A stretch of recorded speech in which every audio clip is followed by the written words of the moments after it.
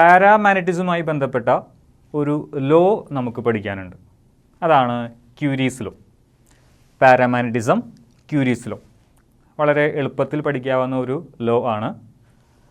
The intensity of magnetisation capital M of a paramagnetic material is first one directly proportional to magnetising field that is H and inversely proportional to the absolute temperature capital T. വളരെയധികം എളുപ്പത്തിൽ മനസ്സിലാക്കാവുന്ന ഒരു law ആണ് Curie's law. Intensity of magnetisation capital M നമ്മൾ മുന്നേ പഠിച്ചിട്ടുള്ളതാണ്. അതായത് magnetic moment developed per unit volume of A material. അതാണ് intensity of magnetisation capital M of a paramagnetic material. ഒരു പാരാമാഗ്നറ്റിക് മെറ്റീരിയലിൻ്റെ ഇൻറ്റൻസിറ്റി ഓഫ് മാഗ്നറ്റൈസേഷൻ രണ്ട് കാര്യങ്ങളുമായാണ് ബന്ധപ്പെട്ടിരിക്കുന്നത്. ഒന്ന്, it is directly proportional to magnetising field. Magnetising field എന്ന് പറഞ്ഞു കഴിഞ്ഞാൽ ഒരു മെറ്റീരിയലിനെ മാഗ്നറ്റാക്കി മാറ്റാൻ നമ്മൾ പുറമേ നിന്ന് കൊടുക്കുന്ന മാഗ്നറ്റിക് ഫീൽഡാണ്.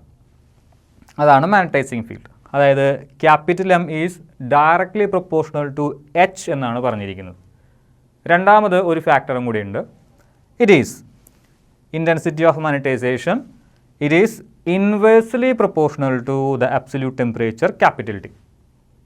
അതായത് മാത്തമെറ്റിക്കലായിട്ട് നമ്മൾ ഈ രണ്ട് കാര്യങ്ങൾ എഴുതുകയാണെങ്കിൽ ഏത് രീതിയിലായിരിക്കും ഇക്വേഷൻ വരിക, റിലേഷൻ വരിക?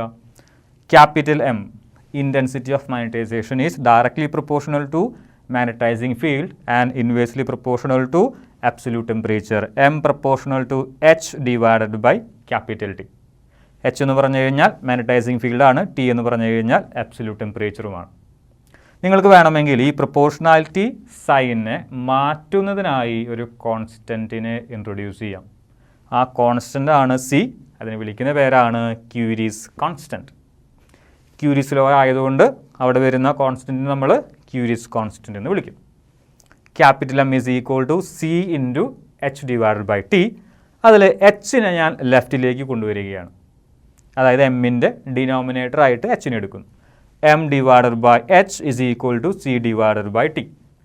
ഈ M ഡിവൈഡഡ് ബൈ H എന്ന് പറയുന്നത് ശരിക്കും കൈ ആണ്, സസെപ്റ്റിബിലിറ്റി ആണ്. Chi is equal to C divided by T. C എന്താണെന്ന് ഓൾറെഡി പറഞ്ഞു കഴിഞ്ഞു, ഒരു കോൺസ്റ്റൻ്റ് ആണ്. അതിനെ വിളിക്കുന്ന പേരാണ് ക്യൂരീസ് കോൺസ്റ്റൻറ്റ്. അതായത് chi equal to a constant into 1/T എന്ന് എഴുതാം. അല്ലെങ്കിൽ chi is proportional to 1 divided by T എന്ന് എഴുതാനായി സാധിക്കും. അതായത് ഈ സസെപ്റ്റബിലിറ്റി, പാരാമാഗ്നറ്റിക് സബ്സ്റ്റൻസുകളുടെ susceptibility is inversely proportional to the absolute temperature എന്ന് നിങ്ങൾക്ക് അവസാനം എത്തിച്ചേരാനായിട്ട് സാധിക്കും. ഈ ലോയിനെ വിളിക്കുന്ന പേരാണ് ക്യൂരീസ് ലോ.